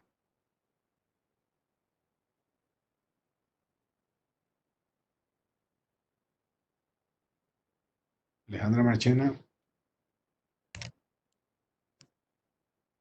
Ok. Mejor dicho, un voluntario. Se lo juro que lo voy a tratar bien. A ver, alguien que se tire, que me ayude a contestar esto. A ver, Carlos. Carlos, ¿estás ahí? Yo sé que usted ha estado muy activo. Ok, perfecto. Carlos, tenemos una señora de 72 años que estás viendo en tu clínica con 4 semanas de evolución de fiebre y fatiga progresiva. Tiene una hemoglobina en 10.5, tiene una leucocitosis en 3.000 y plaquetas en 600.000. El patólogo te llama y te dice, mira, Carlos, acabo de revisar el smear, el microbiólogo, digamos, y veo que tiene 8% de blastos en sangre periférica este paciente. ¿Cuál es su diagnóstico? Una leucemia amiloide aguda, un síndrome amiloidisplásico, una trombocitosis esencial, un trastorno mieloproliferativo no especificado, o no puedes decir el diagnóstico si no le hacemos una biopsia de médula a este paciente.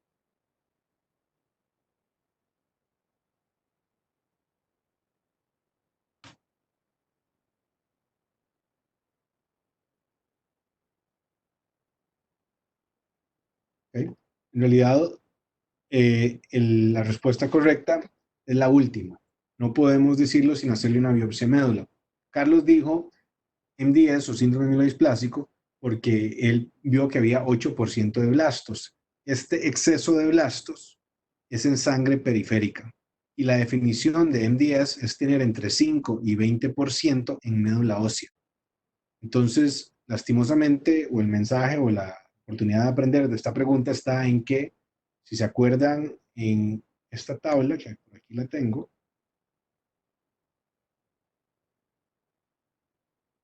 ¿ok? Esta tabla es porcentaje de blastos en es porcentaje de blastos en médula ósea, no en sangre periférica. Entonces, ese paciente con 8% de blastos puede ser que tenga 25% de blastos en médula ósea o puede ser que tenga 10% de blastos en médula ósea. ¿Estamos de acuerdo, Carlos? Ok, perfecto. Catherine, la razón es que no se sabe si es 15 o 17. La respuesta es sí, es cierto. Aquí no habla de si es 15 o 17, no. En realidad, pero si ves las respuestas, eh, digamos, lo que estás pensando tiene todo el sentido. Y de nuevo, una razón más para hacerle una biopsia de médula, pero digamos, APL no está entre las posibilidades. Y aquí el mensaje, tal vez, digamos, creo que tu pregunta es muy buena, o mejor dicho, una recomendación tuya sería hacerle una translocación 15-17 a este paciente con esta presentación, cosa que estoy 100% de acuerdo con vos. O sea, como habíamos hablado, a todos los pacientes le vamos a hacer estudio citogenético, pero de hecho APL ni siquiera sale aquí como opción. Entonces, bajo ese principio, digamos, el punto es a que no podemos, con esta información que nos están dando aquí, no podemos decir nada. O sea, incluso, digamos, alguien dice, no, es que yo creo que esto es un síndrome mieloproliferativo, que es una trombocitemia esencial porque las plaquetas están altas, como van a ver en la clase de, de síndromes mieloproliferativos. Esta información clínica que yo les estoy dando aquí no es suficiente para poder hacer ese diagnóstico. ¿Okay? Perfecto. Albert, algún otro voluntario, y los estoy tratando bien, esto es todo pura vida. O sea, yo sé que ustedes no saben, créanme que si yo supiera que ustedes sabían, no les haría las preguntas. O sea, yo parto del principio que ustedes no saben nada, entonces no se preocupen, estamos tratando de hacerlas juntas. Ok, estas sí las van a pegar. Catherine, usted se tira esta, ¿le parece? Yo le ayudo, no se preocupe. Esta la va a poder pegar, se lo aseguro. Ok, tienes una paciente, 35 años, femenina, que se presenta a emergencias con fiebre, y moretes. ¿Okay? Tienes easy bruising, es sangrado, moretes que se le hacen fácilmente. Tiene glóbulos blancos en 45.000, tiene anemia en 9.5, plaquetas bajas en 30.000. Ves que tiene una deshidrogenasa láctica muy elevada en 740, el ácido úrico está elevado, está con un poquito de insuficiencia renal, no tenemos un baseline de esta paciente, pero para su edad una creatinina en 1.5 está alta, tiene hipercalemia, ¿ok? Y tiene las pruebas de coagulación prolongadas. Entonces, te van a presentar un smear, aquí te presentan el frotis, ¿ok? Usted ya sabe cuál es el diagnóstico de este paciente. O sea, como puedes ver, esta es una excelente pregunta para hacerte cuáles son los síndromes que tiene este paciente, etcétera. Pero la pregunta es, ¿cuál es el siguiente manejo de este paciente? Hacerle una leucoforesis, llamar al fellow o al especialista de hematología para que inicie quimioterapia, darle atra, darle líquidos con rasburicase para el manejo de su síndrome de lisis tumoral, o hacerle una leucoforesis con antibióticos, con una biopsia de médula y una inducción de quimioterapia. ¿Cuál te gustaría hacer? Llamar. ¿Okay? ¿Me querés llamar a mí? Resulta que usted me llama y yo estoy en consulta o estoy dando una clase en la universidad, entonces no le voy a contestar. ¿Cuál es la sospecha clínica que tenés en este paciente? Suave, suave. Están todos contestando. Suave, se me perdió. Sorry, no puedo mover el chat. ¿Okay? Pero yo dije que, a ver, te puedes poner en volumen, mejor para hablarlo, discutirlo juntos. Señor, hola doctor. Yo estaba pensando en un síndrome de lisis tumoral. Ok, perfectamente. Y definitivamente eso es parte de lo que tiene el paciente, pero también la paciente tiene una coagulación intravascular diseminada, es que tiene las plaquetas muy bajas y tiene las pruebas de coagulación prolongadas y tiene el fibrinógeno bajo. Yo sé que ustedes todavía no se saben esto en detalle, pero la intención de hacerte esta pregunta, digamos, si todavía te puse el smear, ¿cuál es tu sospecha clínica? ¿Cuál crees que es el diagnóstico de este paciente? Es que vieras que no recuerdo exactamente el nombre, qué pena. O sea, estoy como el del síndrome proliferativo, creo, pero no estoy segura, doctor, la verdad. Ok, tranquila, gracias por hacerlo de esta manera. Más bien, no, la intención es ayudarte. Yo hablé, digamos, de que, digamos, en base a esta presentación, hablamos, vamos a ir para atrás. Hay solamente 3 trastornos mieloides que vos tenés que saber. Leucemia mieloide aguda, síndrome mielodisplásico y síndromes mieloproliferativos. Antes de ver nada, ¿te parece que la presentación de este paciente es aguda o es crónica?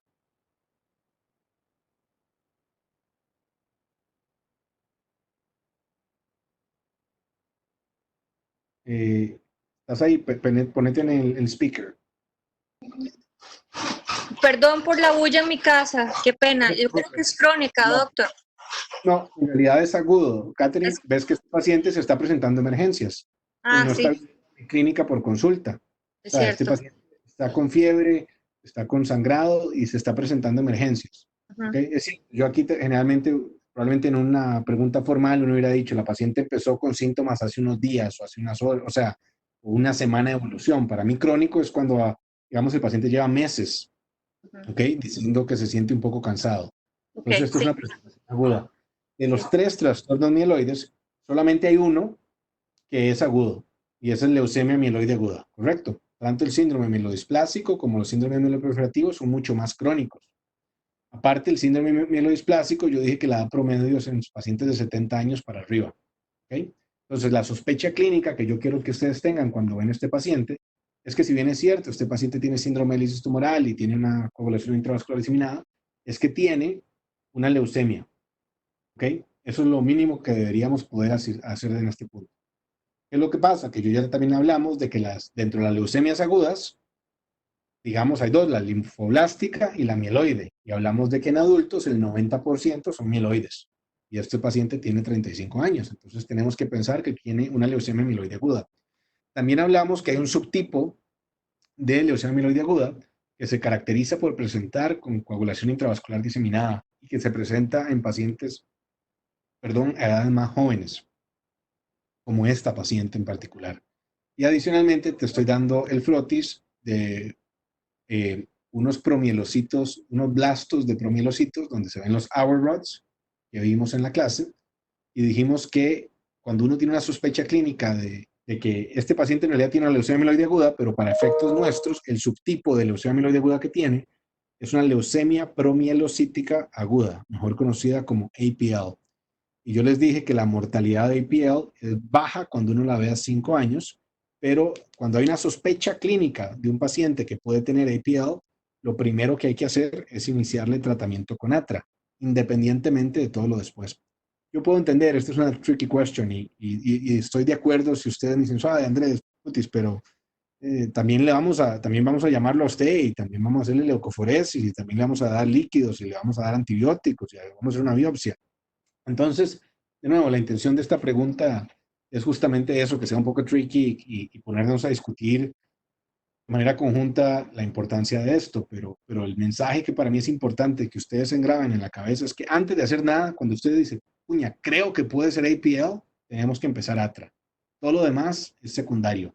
Entonces la respuesta correcta aquí es ATRA. ¿Okay? Yo probablemente en el examen, de hecho siempre lo he preguntado esto y probablemente haga, las otras opciones van a ser un poquito más obvias de por qué no, pero aquí creo que también es obvio por qué ATRA es la respuesta correcta. Okay, creo que Catherine ahí me puso ok, ya entendió. No sé si alguien tiene alguna duda de esta pregunta. ¿No? Ok, entonces, de hecho voy a parar aquí, o sea, no tenemos mucho tiempo. Bueno, es más fácil, lo podemos hacer bien rápidos. Ok, número 3, usted es el residente que está de guardia. Tenemos la paciente de 35 años que fue diagnosticada con leucemia promielocítica aguda. Ya está en el día 10 de inducción con ATRA con quimioterapia. Y a usted lo llaman porque la paciente tiene fiebre, tiene taquicardia, está hipoxémica, tiene edema en miembros inferiores, le hacemos una sonografía y tiene infiltrados. ¿Cuál es el diagnóstico de esta paciente? ¿Qué condición tiene? ¿Qué es lo que le pasó? Atroz syndrome, perfectamente, ¿ok? Eso está muy claro. ¿Y cuál es el manejo de este paciente? Okay, Dexa, perfecto. Eso es el manejo de este paciente. Y call Dr. Wernick, and he know you quit. Ok, vamos a ver, tenemos un señor de 65 años que es admitido hoy a su departamento, digamos, ustedes son los residentes, digamos, conmigo, ok, y tiene un nuevo diagnóstico de leucemia amiloide aguda. Resulta que su esposa y sus 3 hermanas llegan en la noche y resulta que yo me fui a mi casa porque ustedes son los que duermen en el hospital y las pacientes le preguntan de su pronóstico. El paciente no tiene ninguna otra past medical history, tiene un performance status de 0. ¿Okay? Lo único que tiene en esta información es que tiene 65 años. ¿Cuál es el 5-year survival en un paciente con leucemia amiloide aguda a 5 años? Y las respuestas son 75, 50, 25, o no lo puedo determinar porque de eso va a depender si las hermanas son compatibles para un trasplante de médula o no. Y creo que ahí los que están poniendo Jimena y Nazaret, efectivamente es un 5%, ¿no? Porque como vimos, digamos, en el SEER data, eso es lo que se... Y esta es una pregunta más de fellow que no se las voy a hacer, pero es más de utilizar los pronósticos moleculares. Listo, esa es la clase de hoy. No sé si alguno tiene alguna pregunta. Adicionalmente a las dudas de hoy, me gustaría que me den feedback. ¿Okay? Yo sé que esta clase es la clase más larga de todas, tanto la que sigue de síndrome mielodysplasticos como myeloproliferative neoplasms, que es mañana. Mañana vamos a hacer, de hecho mañana vamos a ver, todavía voy a decidir, depende de cómo estoy yo de tiempo.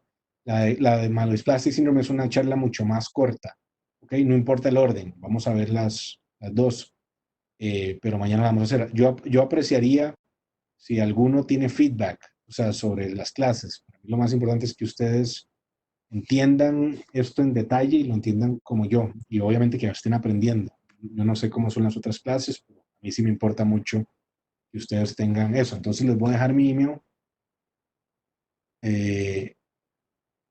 Gracias a los que están poniendo ahí comentarios. Creo que les había dado mi email en algún momento y no sé si está aquí el puro final, por si alguno tiene algún comentario. Lucía, te dejé pendiente. Okay, necesito un voluntario también. Perdón, no era Lucía, sí, era Lucía, ¿no? Sí, perdón.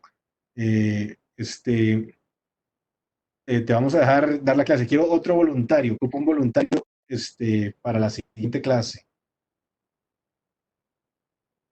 Vamos a ver, ocupo un voluntario. Y no va a ser en vano, los prometo. Ok, Jimena, perfecto. Jimena,